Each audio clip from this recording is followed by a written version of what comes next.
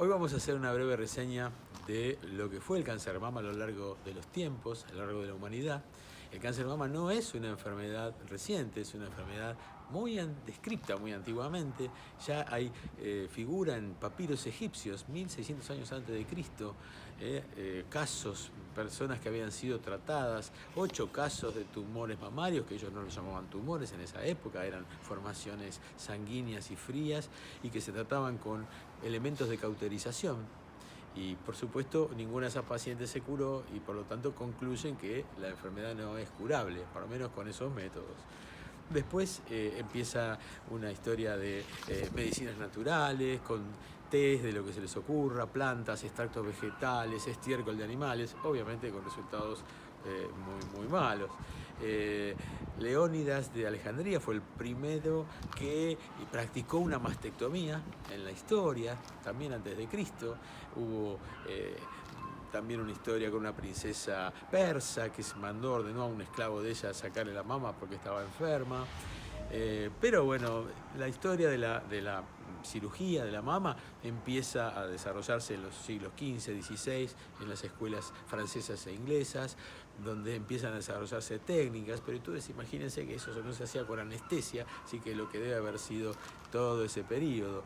La verdad que la anestesia generó una revolución en la historia de la medicina, no solo en la historia del cáncer de mama, y ahí aparecen a fines del siglo XIX las oophorectomías del doctor Whitson, aparece el doctor Halsted, que es el descriptor de la técnica de la mastectomía radical modificada, que se mantiene a lo largo de muchos años y domina hasta los años 70 del siglo pasado, del siglo XX.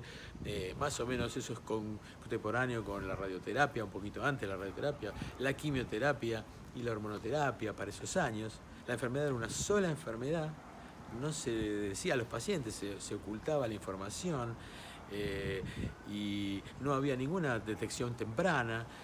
La verdad que la cirugía se hacía para ocultar la enfermedad, algunos se curaban, otros no sabían por qué no se curaban, y generaba toda una sensación de estigmatización del problema, ¿no? La enfermedad como era una cosa para ocultar. Eso afortunadamente cambió.